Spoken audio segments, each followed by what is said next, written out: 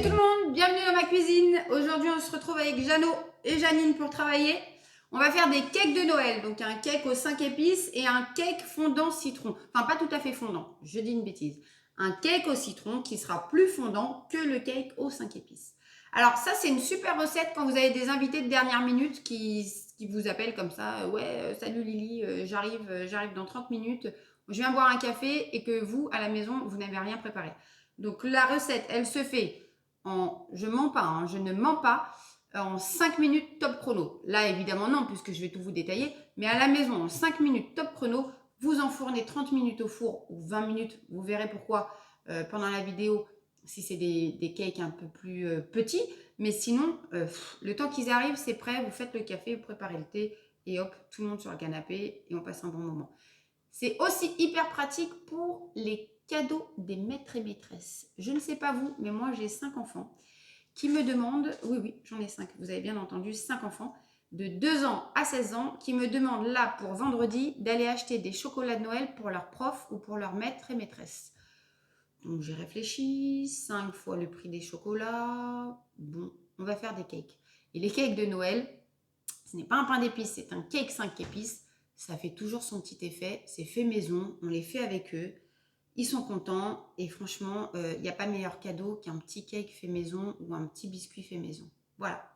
Donc ça, c'est pour la petite idée, histoire d'éviter d'acheter des chocolats pour vendredi. Parce que c'est là, hein, c'est vendredi. Eh oui, pressez-vous. Je vous retrouve après la liste des ingrédients. Ça y est, maintenant, je sais faire. Je sais mettre la liste des ingrédients. Je vais vous la mettre en photo aussi, vous savez, sur une petite page Word, comme ça, vous pourrez screener le déroulé de la recette. N'oubliez pas de liker à gauche ou à droite, je ne sais jamais, je crois que c'est le petit pouce, de vous abonner à ma page pour avoir les notifications des prochaines recettes et puis on se retrouve tout de suite. Préparez-vous. Bisous.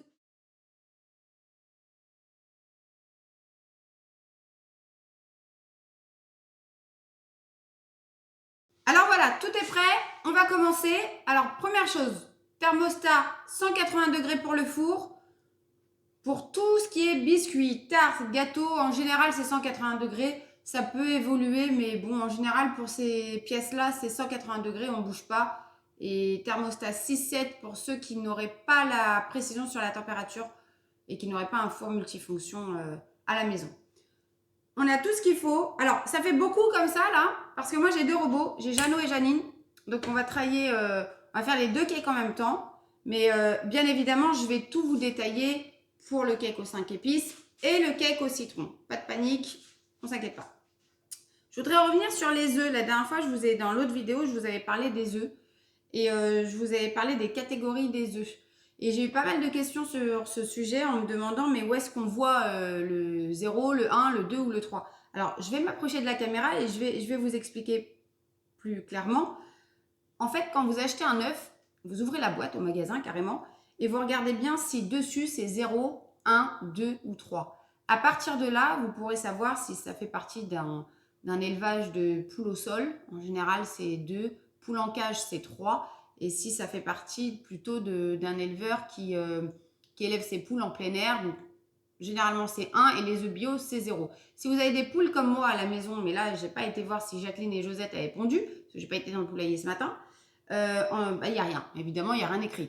Donc c'est clair, c'est bio, il n'y a pas de problème. Ça dépend aussi de ce que vous leur donnez à manger. Nous, on leur donne toutes les épluchures de la maison. À chaque fois qu'on fait quelque chose, les légumes, etc., ça part pour les poules.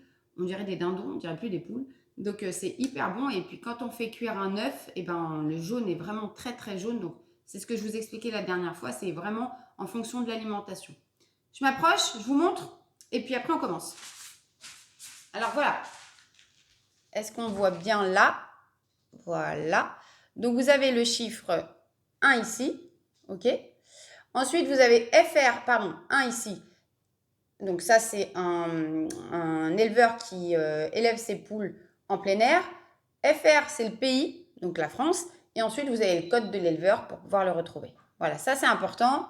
Je ne sais pas si on voit bien. Mais de toute façon, quand vous allez au magasin, bah, vous regardez, vous ouvrez la boîte. Moi, j'ouvre les boîtes parce que des fois, c'est marqué poule élevée en plein air. Et puis, quand on ouvre, c'est catégorie 2 et 3. Donc, c'est de la fausse information. Ça, c'est pour les œufs. Ensuite, je vous avais parlé des contenants. Voilà, j'ai trouvé ça. Alors ça, je l'ai trouvé chez mon fournisseur.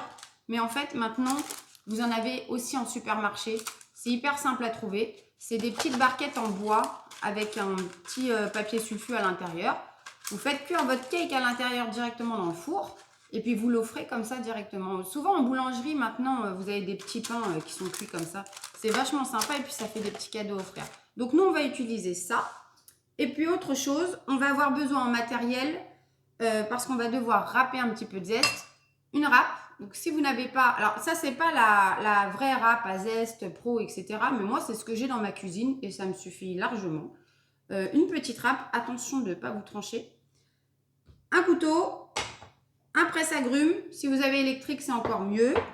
Et puis, le robot. Alors, moi, j'ai des robots pâtissiers, mais à la maison, vous pouvez très bien faire la recette avec un saladier, un fouet. On fait un peu de gym et puis ça fonctionne, il n'y a aucun souci. Pas d'obligation d'avoir des robots, en tout cas pour cette recette. Moi, je les aime bien parce que... Et oui, je vous disais qu'ils s'appelaient Jeannot et Janine. Alors oui, je donne des noms à mes robots et à mes ustensiles parce que quand je travaille dans mon labo, ça me permet de parler avec eux. Alors non, je ne suis pas en train de les caresser, c'est pas tout à fait ça. Mais j'aime bien, mes fours aussi ont un nom, mes robots aussi. Hein Janine, c'est vrai. Donc ça me permet de faire de la conversation et ça me permet de passer le temps. Non, je ne suis pas folle. On va commencer. On commence. On a préchauffé le four, 180 degrés. Normalement à la maison, si ça n'est pas un four multifonction, il met à peu près 20 minutes à chauffer. Les fours semi-pro comme celui-ci, 7 minutes, ça bip et hop, c'est bon. On va commencer, vous allez voir, c'est super facile parce qu'aujourd'hui, je parle beaucoup. Je vais vous dire pourquoi. Je suis un peu plus à l'aise aujourd'hui parce que c'est simple, hein. On va faire le test. Écoutez. Vous entendez? Écoutez bien. Il n'y a rien. Il n'y a pas un bruit. La maison est calme. Les enfants sont à l'école. La petite est avec son papa. Les chiens n'aboient pas. Le chat n'est pas venu sur le plan de travail de la cuisine. La chèvre, elle est dans l'enclos. Oui, j'ai une chèvre. Elle s'appelle Pénélope. D'ailleurs, je vous la présenterai la prochaine fois, mais je ne peux pas la montrer là parce qu'à chaque fois, elle vient manger mes gâteaux. Et voilà, donc c'est calme et je suis d'une humeur, mais alors joyeuse quand c'est calme comme ça, c'est un vrai bonheur. Donc à chaque fois que vous allez me voir beaucoup sourire et beaucoup parler dans les vidéos, c'est que les enfants ne seront pas là, voilà. Allez, on commence. On va commencer par le cake 5 épices. Donc, on va tout mettre dans la cuve. Vous allez voir, c'est d'une simplicité sans nom et c'est un vrai bonheur ces petits cakes. Donc on commence, on met la farine. Vous avez pu voir dans les ingrédients qu'on est quasiment au temps pour temps. Parce qu'on a 150 g de farine, un sachet de levure, 160 g d'œufs, 160 g de beurre, 3 œufs. Nous, on va utiliser des épices. Donc là, on a le paprika, la cardamome. On dit cardamome ou cardamome? Je ne sais pas. Cardamome. Le gingembre, la cannelle, la muscade. On va prendre du miel. Alors, moi, je vous mettrai le lien parce que je prends du miel chez un apiculteur qui s'appelle Thibaut et qui est juste un artisan de génie. Il produit ses abeilles produisent un miel d'une qualité incroyable. Alors, moi, je suis folle de son miel d'acacia. D'ailleurs, c'est devenu une drogue parce que j'en mange tous les jours. Il a du miel d'acacia. Là, pour le coup, c'est du miel d'acacia. Il a du miel de printemps. On dirait de la glace quand on le mange. Il a du miel de ronce, si je dis pas de bêtises, du miel de sapin, mais je sais plus. Il faudra que je leur demande. Je vous mettrai le lien en bas de la vidéo et vous irez faire un tour sur sa page. C'est un vrai bonheur d'aller là-bas. C'est la vraie caverne d'Alibaba. Qu'est-ce que j'ai oublié? Je vous ai dit le beurre, les œufs, le sucre, la farine, la levure, les épices. Une petite orange. On va zester un petit peu d'orange. On va pas mettre le jus, mais juste un petit peu de zeste. Et ça, c'est de la confiture d'abricot. Alors, je ne sais pas si vous voyez bien. La confiture d'abricot avec un peu d'eau. Ça, c'est pour le nappage. Une fois que le cake sera sorti du four, on va napper ça pour que ça puisse briller. Et puis, ça va faire une espèce de petite couverture pour protéger le cake. Donc, je vous disais, c'est presque du temps pour temps. Vous allez me dire, bah non, il n'y a que 150 g de farine et pas 160 g comme le beurre et le sucre. Eh bien, si. Parce qu'en fait, dans la farine, on va ajouter la levure. Et un sachet de levure, ça fait toujours 11 grammes. Donc 150 plus 11, ça fait 161. Donc on est quasi autant pour tant à 1 gramme près, mais on est autant pour tant. C'est hyper simple à retenir comme recette. Les œufs, un œuf en général, ça pèse 53 grammes. En général, je dis bien en général parce que ce sont les œufs moyens qui pèsent 53 grammes, mais c'est en fonction de la poule évidemment. Hein. C'est pas... En général, c'est 18 grammes un jaune et 35 grammes le blanc. Donc on est à 53 grammes. Donc 53 x 3, je vous laisse calculer. Merci bien. Je crois qu'on est à 159, donc presque autant pour tout. Voilà. On commence par la farine, la levure, produits secs toujours ensemble. On met toujours la levure et la farine. Quand vous avez une recette, ne faites pas, je vais dire une bêtise, œufs, sucre, farine, beurre, levure. Non. Quand il y a de la farine et la levure, c'est toujours ensemble. Quitte à mélanger même un petit peu pour que ce soit bien homogène. Comme ça, on n'a pas de problème. Ensuite, on vient mettre le sucre. On va essayer de mettre tous les produits secs d'abord. Ok? Le beurre en dernier. On va venir casser les œufs. Alors, souvenez-vous, pardon, je bégaye. Souvenez-vous, on ne casse pas l'œuf sur la cuve parce que l'œuf, c'est perméable et ça amène des bactéries. Et normalement, en véritable règle d'hygiène, on manipule un œuf, on se lave les mains. Et d'ailleurs, je ne sais pas si vous le faites, mais il y a beaucoup de gens qui font cette erreur, c'est de mettre les œufs au frigo. Les œufs ne se mettent pas au frigo. Au magasin, quand vous achetez les œufs, ils ne sont pas au rayon frais, ils sont au rayon sec. On ne met pas les œufs au frigo parce que la coquille est perméable, elle va laisser rentrer toutes les bactéries qu'il y a dans le frigo, dans l'œuf, ou qui pourrait y avoir dans l'œuf, dans le frigo. Donc pas les œufs au frigo. Je ne sais pas si j'ai cassé l'œuf sur la cuve, je regarderai. Ça, poubelle, et on se lave les mains. Ok, je reviens.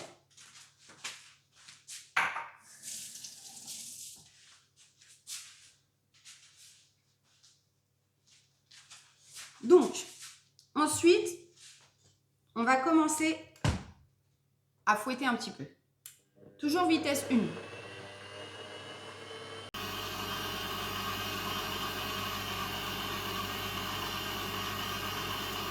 Quand le mélange commence à être bien homogène, on va venir ajouter son beurre. Là, dans cette recette, on va mettre un beurre mou. Et ici, dans l'autre recette, un beurre fondu. Alors, vous allez me demander pourquoi. Pour la texture du cake. On n'oublie pas que la pâtisserie, c'est de la chimie. Et donc, en fonction des matières qu'on va ajouter et en fonction de leur, soit du fait qu'ils soient solides, soit du fait qu'ils soient liquides, c'est-à-dire en fonction de leur état, on va avoir une texture différente du gâteau. Ici, on va vouloir un cake moelleux. Donc, on va mettre un beurre mou. Vous voyez, un beurre mou, quand on appuie, on garde l'empreinte du doigt. Donc, soit vous le laissez sortir du frigo à température ambiante pendant 1 heure ou 2, soit vous le passez 30 secondes par 30 secondes au micro-ondes. Il vaut mieux faire 30 secondes par 30 secondes pour éviter qu'il soit fondu, plutôt que de se retrouver avec un beurre fondu après qui va figer et puis toute la matière grasse en haut, c'est pas bon. Donc, on vient rajouter le beurre. Là, il y a 160 g de beurre.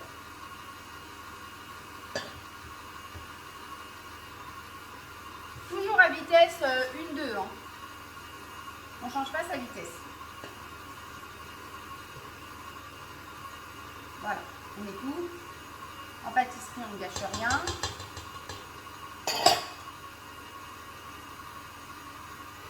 Et là, on commence à monter un petit peu. Donc, on a mis la farine, la levure, le sucre, les œufs, le beurre. On va venir ajouter le miel. Il y a l'équivalent d'environ 2 cuillères à soupe de miel. N'en mettez pas trop parce que le miel, c'est sucré. Et que là, pour cette combinaison de recettes, on n'a pas besoin non plus d'avoir 3 tonnes de miel. Dans le pain d'épices, vous pourrez en mettre plus par contre. Ici, non. C'est juste pour parfumer un petit peu et donner un peu de douceur au cake.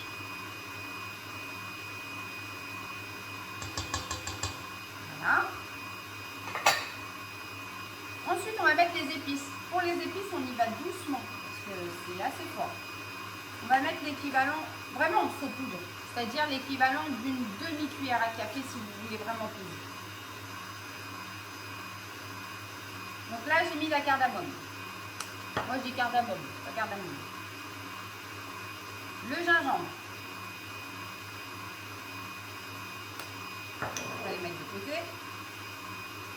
muscade, on y va tout doux, la muscade. Hein. C'est pour relever un petit peu. Hein. C'est ce qu'on utilise, par exemple, pour éviter de mettre du poivre dans les pommes de terre. J'en ai mis une pointe, vraiment une pointe. Je n'ai pas mis autant que les épices. La cannelle. Cannelle, c'est pareil, c'est un peu fort. Hein. Vous n'avez pas l'odeur là, mais ça sent hyper bon. Moi, je suis très contente quand je fais un truc qui sent bon. Et un peu de paprika doux. Alors moi, j'aime bien, en fait, je mets du paprika un peu partout. Et je trouve que ça vachement bon. Paprika, vous pouvez en mettre un tout petit peu plus. Voilà. On a lavé et essuyé son orange. Et on va venir ajouter les zestes. Alors attention, les zestes, c'est ce qu'il y a pour les fruits, les agrumes, c'est ce qu'il y a de couleur. Okay, ce qui est blanc, c'est le zeste. Et le zeste, c'est pas bon, c'est amer. Donc on va venir zester son orange. Vous voyez, délicatement, on s'arrête. Hein. Je sais pas si vous voyez. Ça parfume, ça sent hyper bon. Alors vous pouvez zester toute l'orange, il n'y a pas de souci. Vous voyez, ça tourne en même temps. C'est tellement simple. Alors à la maison, si vous n'avez pas de robot, vous donnez ça à faire. Vous donnez ça à faire aux enfants. Voilà, comme mission. Ils adorent fouiller tout ce qui se trouve dans les saladiers avec le fouet. Alors attention parce qu'en général, ils mettent les doigts. Donc on n'a plus beaucoup de pâte à la fin. Et moi, quand j'étais petite et que je faisais des gâteaux avec ma mamie, parce que ma mamie, elle faisait plein de gâteaux, ma grand-mère, elle était yougoslave. J'avais une grand-mère algérienne et une grand-mère yougoslave, pour vous raconter ma vie. Et ma grand-mère yougoslave, elle faisait plein de pâtisseries. Et à chaque fois qu'elle faisait des pâtisseries, j'allais lécher. Alors, il y avait ça chez ma grand-mère. Je trouvais ça génial, c'était une maryse. Et j'allais lécher la maryse à chaque fois qu'elle avait fini de faire des pâtes à gâteau. Évidemment, à la fin, j'étais malade, parce que j'avais mangé de la pâte crue. Donc, je trouvais ça génial, ces moments-là. Donc, les enfants, je suis sûre qu'à la maison, ils font pareil, parce que les miens, en tout cas, c'est ce qu'ils font. Voilà. On va faire tourner un tout petit peu plus fort. Et vous allez voir, c'est terminé. Ça sent tellement bon. On dirait un espèce de parfum qu'on est en train de fabriquer, c'est génial. Alors après, évidemment, si vous voulez ajouter d'autres choses dedans, des petites noix, des amandes pilées, du sésame, vous pouvez hein, évidemment. Il y a toujours plein de variantes à faire, je vous le dis à chaque fois, en pâtisserie, on peut tout faire. Je vais vous montrer. Hop. On essaye de récupérer un maximum pour ne pas perdre. Je vais vous montrer la texture. On ramasse juste un tout petit peu tout ce qui traîne là pour les agrumes. Voilà. C'est d'une beauté. Moi, j'adore partir des matières premières et arriver à un produit fini comme ça, je trouve ça génial. C'est vraiment de la chimie. Alors voilà. Parce qu'à chaque fois que j'enlève mon téléphone, j'arrive pas à le remettre. Voilà, ça donne ça. Vous voyez?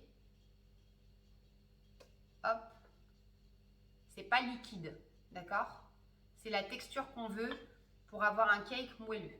Donc ça, on va le mettre de côté. Et on va faire notre petit cake au citron en attendant avec Janine. Merci Jeannot, tu as bien travaillé. La première chose, par contre, là, c'est qu'on ne va pas mettre... Alors moi, j'ai mis déjà ma farine et ma levure dedans.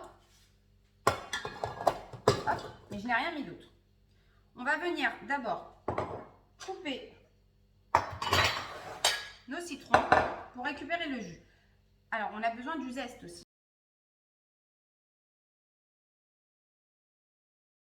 Je suis revenue, j'ai fait ma vaisselle. Donc, pour le cake au citron, avant de couper son citron et de récupérer le jus, on va récupérer le zeste. Pareil, faites attention, ça tranche. Délicatement, on récupère.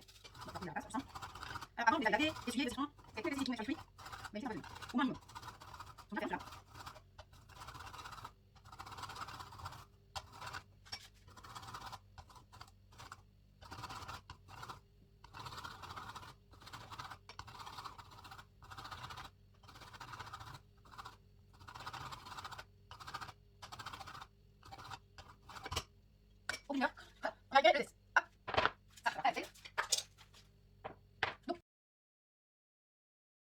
Alors, j'ai pesé et oui, ça fait à peu près 150 grammes. Ça fait exactement 141 grammes.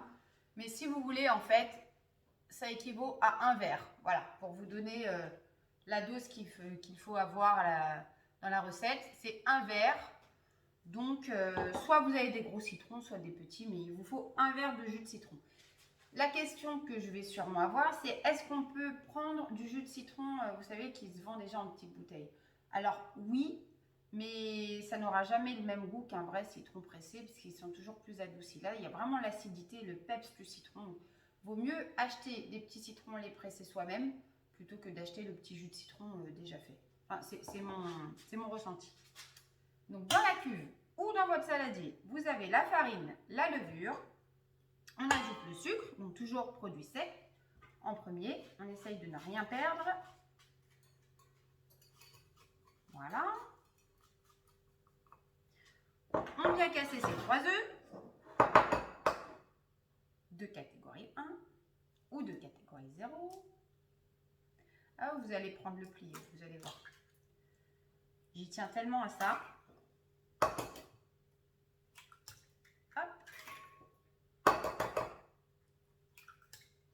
Je vais me laver les mains, j'arrive.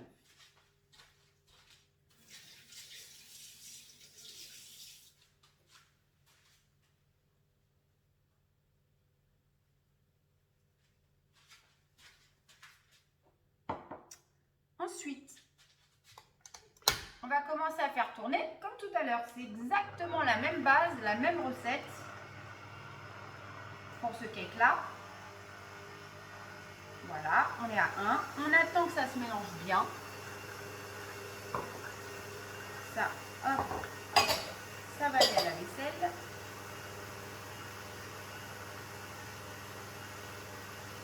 Une fois que c'est bien homogène, on va venir mettre le beurre fondu cette fois. Ça va nous faire un petit cake un peu fondant, en même temps qu'on va ajouter le jus de citron. Voilà, vous voyez, c'est rapide, hein, c'est hyper rapide. Demain, si vous avez... Alors, il est un petit peu figé parce que le temps de parler, et puis à la maison, il fait un peu frais. Voilà, on le remue bien. Quand vous avez des invités de dernière minute qui vous disent « Ah, on peut passer boire un café, on est là dans 30 minutes », vous avez le temps de faire un cake. Alors, si vous n'avez pas à la maison d'épices ou de citron ou quoi que ce soit, vous pouvez le faire vanille, hein, vous pouvez le faire tout simple. Enfin, vanille, il faut mettre de l'arôme vanille. Mais vous pouvez le faire sans. Vous pouvez le faire sans, pardon, j'ai mangé ma langue. Vous allez voir que cela n'est pas du tout la même texture que pour l'autre. Évidemment, parce que le beurre est fondu. Ensuite, on vient ajouter les zestes. Alors, je vous montre. Hop. Environ, là, j'ai râpé 2 petits citrons. Pas la peine d'en mettre trop non plus, parce qu'avec le jus de citron, ça va déjà être assez acide. C'est pas du lemon curd comme on mange dans les cakes au citron. Hein. Là, il faut que ce soit une petite douceur en bouche. Pas trop. Oula, si je casse tout. Pas trop de peps non plus. On vient monter la vitesse du robot. Alors vous, à la maison, si vous n'avez pas de robot, que vous avez un petit fou électrique, vous montez à environ 2-3. Voilà. Et alors là, dans notre verre de jus de citron, on ne va pas tout mettre. On va en garder autant pour le cake aux épices. On va napper avec un petit nappage confiture d'abricot haut qu'on va faire chauffer. Autant là, quand il va être chaud, il va sortir du four, on va venir ajouter un petit peu de jus de citron. Le cake tout chaud va venir boire le jus de citron. Ça va être phénoménal. C'est ce qui fait toute la différence. Donc on ne met pas tout. On va garder l'équivalent d'un tiers. Parce qu'un quart, ça fait beaucoup dans le cake.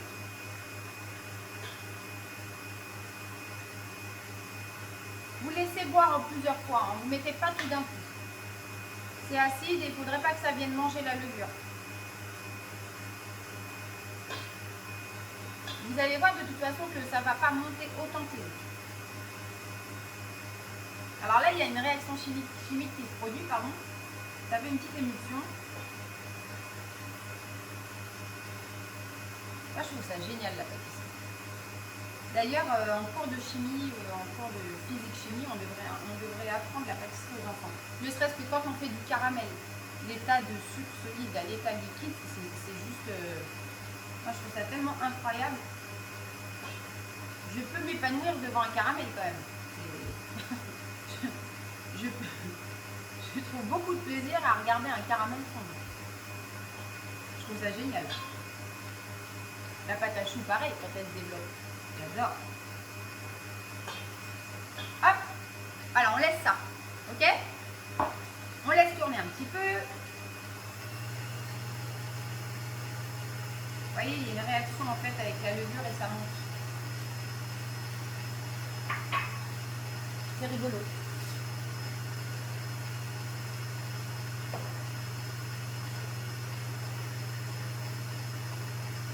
Voilà. Bah écoutez, nos cakes sont prêts.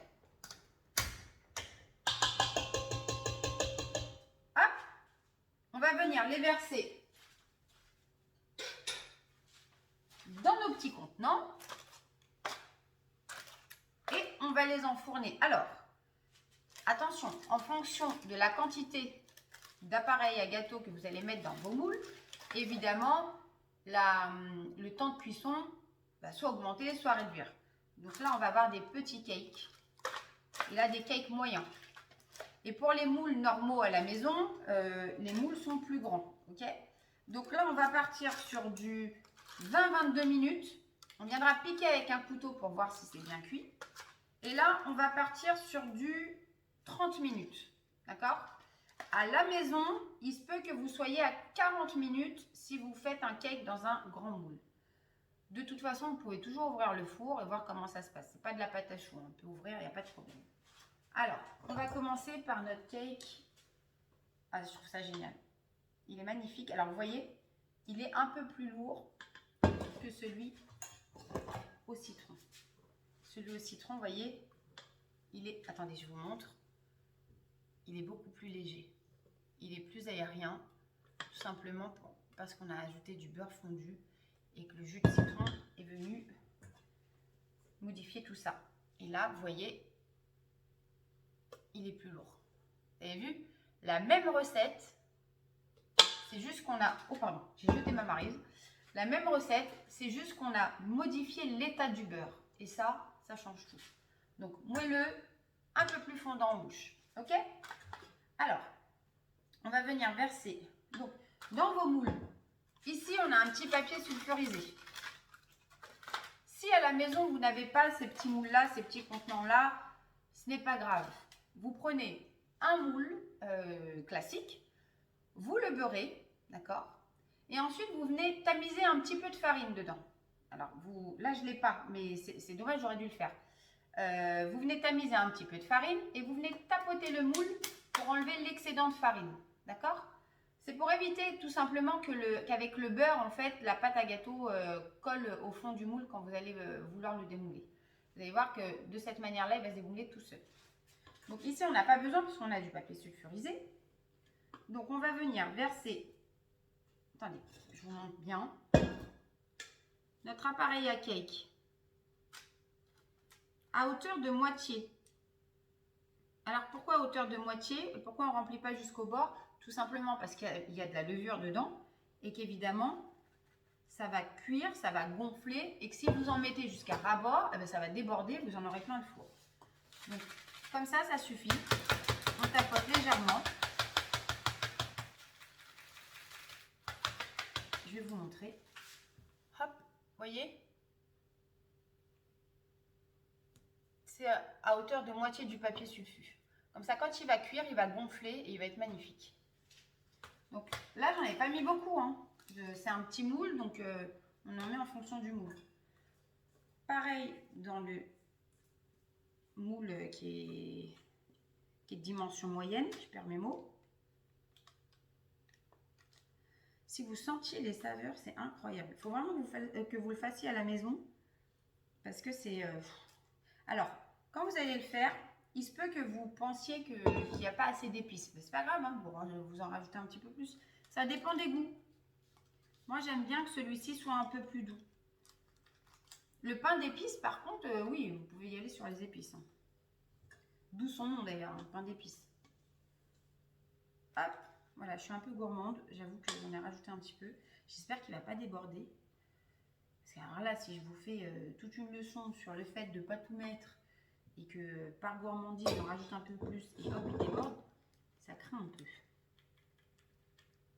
La honte, comme dirait ma mère. La honte. Hop, voilà. Voilà ce que ça donne.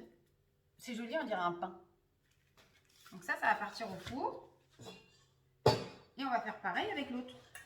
C'est beau. Oh là là. Il est d'une texture incroyable. Vous allez voir. Alors ça, par contre, ça risque d'avoir une réaction chimique au four différente. Donc ça risque de gonfler un peu plus et hop, de redescendre. Vous avez vu le petit jeu d'épaule? Hop, de redescendre. Alors on verse délicatement. Donc pas trop, pareil. Si on en a trop dans la cuve, hein, c'est pas grave. On fait un autre petit moule. Hein. D'ailleurs, je pense que c'est ce que je vais faire parce que, en fait, la texture n'étant pas la même, vous voyez, regardez-moi ça. C'est tellement génial. Là, j'ai déjà rempli mon moule, ok? Là, j'ai rempli mon petit moule. Et là, il m'en reste encore pour faire un cake. Vous voyez la différence? La vraie chimie. Et bien, on va en prendre un autre. Hop. Voilà, on va en faire deux. Donc, vous saurez que pour le cake au citron, vous pouvez faire avec le même dosage un mini cake, un petit cake et deux moyens. Comme ça, si vous avez beaucoup d'invités, vous ferez un cake au citron. Hop. Alors, incroyable. Moi, je m'émerveille à chaque fois de la pâtisserie. Avec la même quantité. Alors, attendez, est-ce qu'on voit? Hop, voilà. Avec la même quantité de pâte. D'un côté, on peut faire un petit, un moyen. Et de l'autre, deux moyens, un petit. Ça, c'est top. Allez savoir, allez demander à vos profs de maths pourquoi. Vous verrez qu'ils ne sauront pas répondre. Allez, on enfourne 180 degrés. Donc, on part sur 20-22 minutes. 30 minutes pour les moyens. Et puis, on vérifie avec le couteau. Et bien voilà, on a terminé cette vidéo. Alors, à la maison, promis, 5 minutes au robot ou 5 minutes dans le saladier. On récapitule, 25 minutes pour les petits cakes. 30 à 35 minutes de cuisson pour les moyens, ça va dépendre de votre moule et ça va dépendre de votre four. Là, pour le coup, c'était un petit peu plus long. Vous piquez avec un couteau pour voir si c'est bien cuit à l'intérieur. Et puis voilà ce que ça donne quand vous avez des invités. Alors là, j'ai mélangé les deux. Le cake au citron, le cake 5 épices. Et puis pour offrir dans des petites barquettes, c'est vachement sympa. Voilà, ça fait un super cadeau. Et c'est hyper bon. On se retrouve pour une prochaine vidéo. Rendez-vous mardi pour les adultes et mercredi pour les kids. Voilà, je vous fais plein de bisous, peace and love et passez de bonnes fêtes.